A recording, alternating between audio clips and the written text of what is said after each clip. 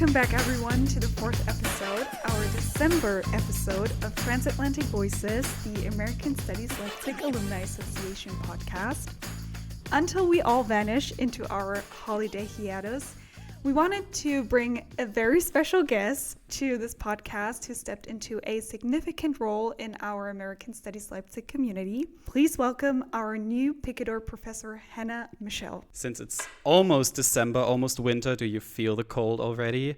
Or is that just the ice that we're going to break now? All right, let's start with our icebreaker question. Hannah, given that you just arrived a couple of weeks ago, could you tell us what has struck you the most so far about Leipzig, or has the city given you a warm welcome, I should say? Yeah, actually, that's the first thing that struck me is just how warm and friendly the people I've met in Leipzig are. I've felt very welcome here. So that was a wonderful surprise, actually. The other thing that I've really observed and that's sort of leapt out at me is this incredible layering of architectural styles, from the GDR apartment buildings and the modernist Gewande concert hall, to the Art Nouveau and pre-war residential buildings, and then alongside newer buildings like the Museum of Fine Arts. It feels like this is a city that's kind of reinventing itself. And every street corner seems to present something new and unexpected, and I don't think you can say that about every city. So I'm really enjoying it here. That's cool. I mean, yeah, Leipzig has always sort of been known for being very reinventive with itself, even way before reunification. I mean, just think about the construction of the so-called MDR Tower. That was very nerve-wracking for lots of Leipzig citizens at the time. But I think everybody has pretty much the same first impression as you did. As our listeners already know, we always travel through different time zones or different time periods of our guest's life and profession, almost like taking a flight through the time zones in the US. So starting with the past, can you talk a little bit about your life and path into your profession? Sure. I was born in England, but grew up in Seoul, South Korea, until I was 18, and then left to go back to England, where I spent most of my 20s. Then I moved to Berkeley, California, where I've lived for the past 13 years. At university, I studied social anthropology because it felt very natural to me to theorize what I had already been doing, in spending my formative years going back and forth between Korea and England. I had to practice stepping into new worlds, and to borrow a term from anthropology, to play participant observer, trying to decode new rules, new codes of intimacy even, and, to figure out what the conditions were for belonging.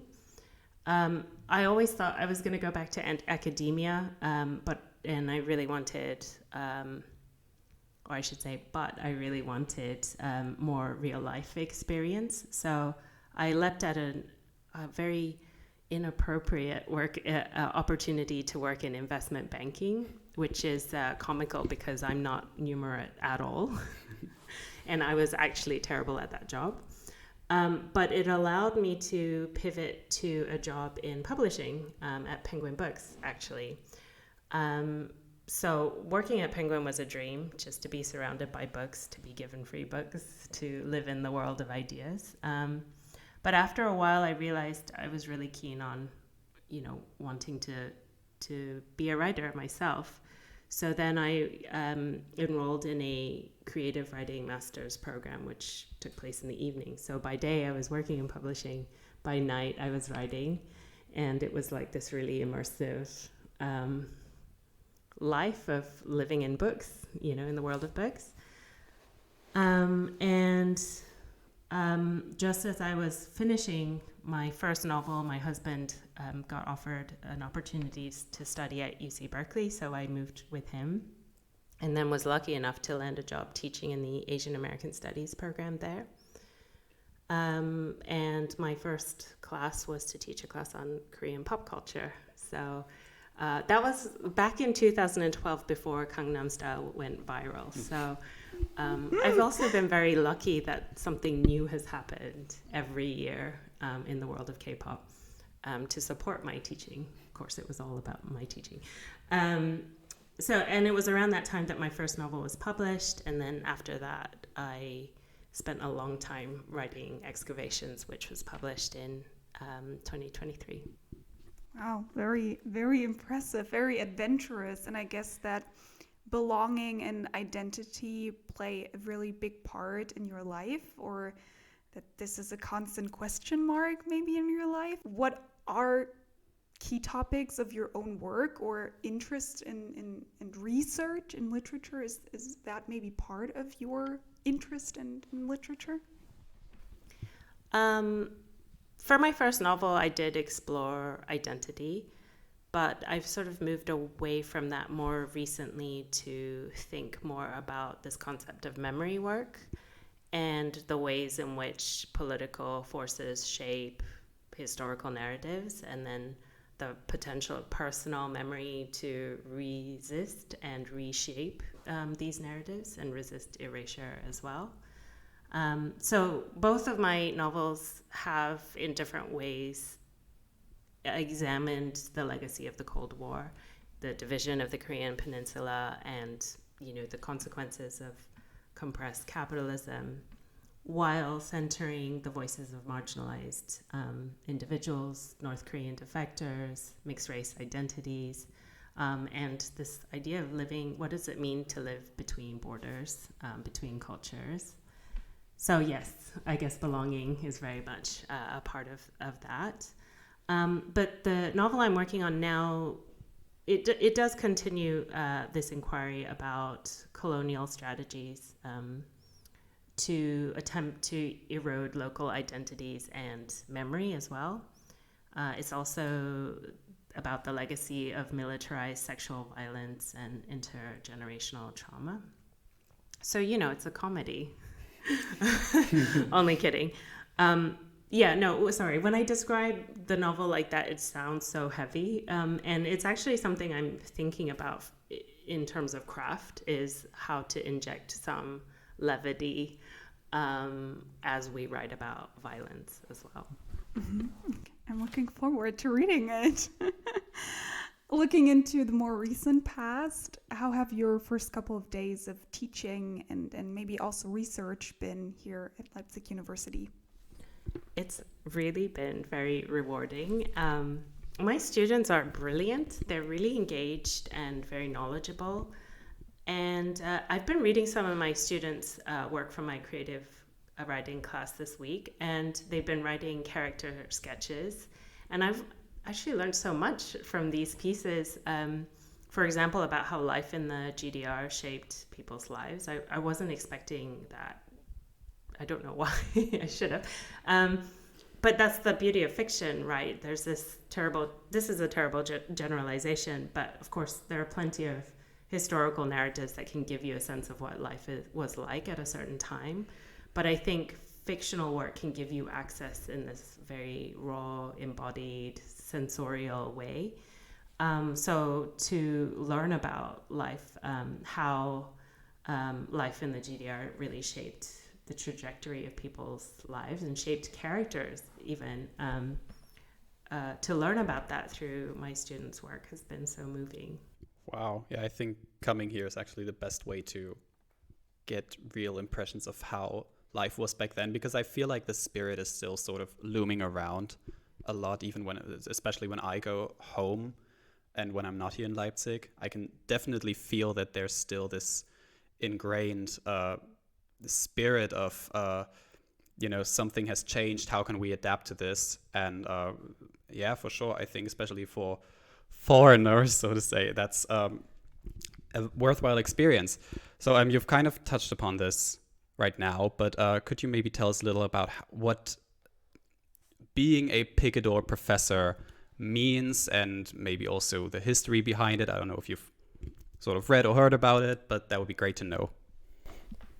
I'm not sure that I know really the history necessarily, but I know that it is this partnership between the university, Holtzbrinck Media Group, and then I think there's some investment from Picador Books as well.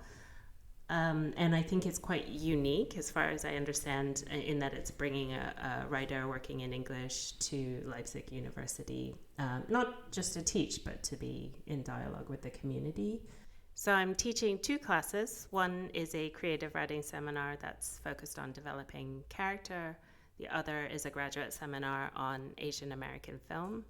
I'm also participating in a couple of events. One will be a reading at the Grassi Art Museum at the end of November and the Frohen Festival in Berlin in December. My novel Excavations is really specific to the history of South Korea, which, as I mentioned before, has been greatly affected by Cold War politics, and it touches on this culture of protest that reached a critical moment in 1987. So it's really fascinating to me to draw parallels between what happened in Korea and the critical moments of protest in Germany around the same time. Sorry, I'm getting away from the question a little bit, but I think the professorship is just one of the few positions in Germany that offers the opportunity for literary and cultural exchange.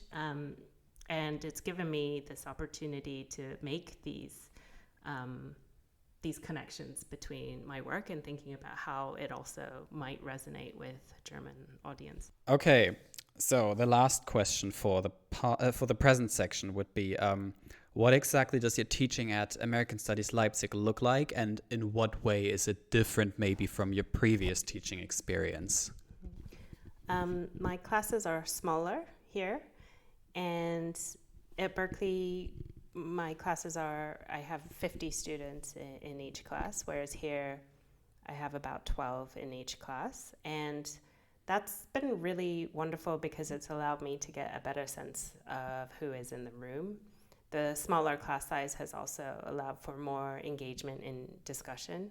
So there's space for students to participate, and that's really facilitated room for lively discussion and engagement. I think in this digitally interconnected age, it's really easy to overlook the impact of having time and presence in community, and to have the opportunity to really engage in sustained conversations with people. And lectures and public talks are valuable, of course, but I think having this stretch of time has allowed for more casual exchanges as well, which it's really in these casual moments that you can learn a lot about people and their ideas. So that's been very valuable. I wish I already was a master's student and could sign up for your classes. Thank you for sharing that. Let's take a look at the future and what's on your map. What do you wish to take away from this experience at Leipzig University? The conversations I've had with my students has given me a fresh perspective on old ideas and materials that I've been working with for years. Importantly, I think this experience has given me insight into how I might teach differently, challenging students to engage with the material with more depth and critique, and really trusting that they will find the answer. Probably also engaging more with each other, right? I mean, smaller classes call for more interaction, not only with the teacher, but also with the students themselves. Yeah, I think there is something to the size of the classroom that really makes a difference. Oh, definitely. All right, and speaking of comfort, or rather discomfort, today we have a very interesting community question. It interests me a lot because I'm also an aspiring writer, and given your position in the literary landscapes, how do you think that AI has influenced that field over the years? And are you worried at all in any way, also maybe regarding the future of literature and AI, the relationship between the two? Can I have an entire podcast episode on this? I have so many thoughts on this. An anniversary podcast episode, maybe. I come to this question from a slightly different vantage point in that I teach a class on Korean pop culture at Berkeley, and we talk a lot about how much the Korean wave has been facilitated by developments in digital infrastructure, American digital infrastructure. But we've also talked a lot about concerns around data colonialism and also worries that the algorithms may be homogenizing content. So I do worry a lot about how AI might homogenize creativity and narrow our thinking. You know, literature is so much about, it's about form, but it's about inventiveness and creativity and combining unconventional forms and ideas. And, you know, AI might be able to do that, but is it really something worthwhile to read? You know, on the one hand, I think, you know, we are living at this inflection point, and every time a new technology is introduced, there's a lot of fear about the consequences of that technology. We saw it when Google Books first came along, and I think there was somebody who was literally scanning pages of entire books, and there was a lawsuit, and then that was regulated, and now you just have a sample. So I don't know if there's also going to be some shift in the way that the technology is available that will prevent people from, I don't know, using it to write books. I really don't know where this will lead us. But I do worry about it, and I also think we can't get away from it. There was an article in the New York Times just this weekend about how AI is being used for absolutely everything, including our water supply. The writer of this article tried to go a full 24 hours without AI, and there's basically nothing he could do. So I don't honestly know. I think about the ways in which it might free up some time, you know, not for writers especially. You know, what if we used it to plan our book tours and think about creative ways to do PR? That's maybe labor that can take away from the process of writing. I think it could also, in a measured way, offer us a tool, you know, to maybe brainstorm and as an extension of that, maybe to test out certain ideas that might be inducing anxiety and kind of being an impediment to the process of writing. So maybe in facilitating flow, that could be useful. I think these are early days, so I'm not sure where it will take us. I do think it needs to be regulated more.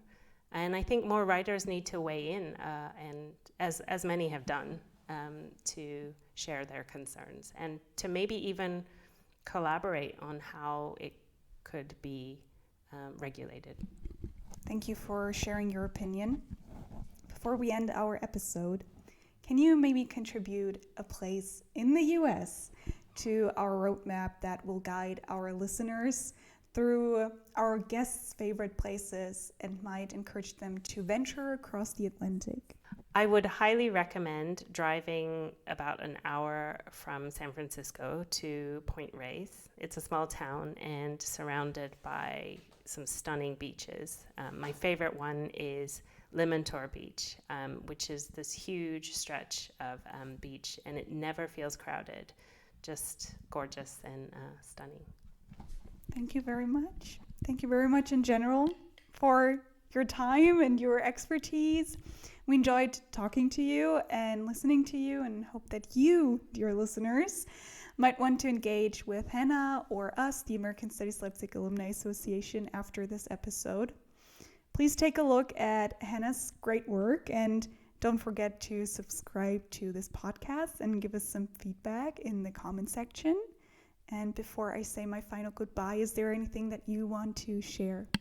Yes, actually, I'm hoping to organize an open mic night where my students and anyone else who wants to share their creative work.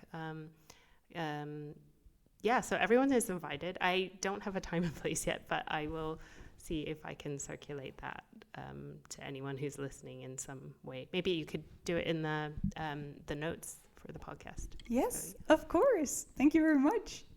We wish you the most wonder and joyful holidays. Enjoy this special time of the year and do not only share some cookies with your loved ones, but also this and our other episodes of Transatlantic Voices. You will hear from us in 2026. Until then, all the best and bye-bye. Merry Christmas!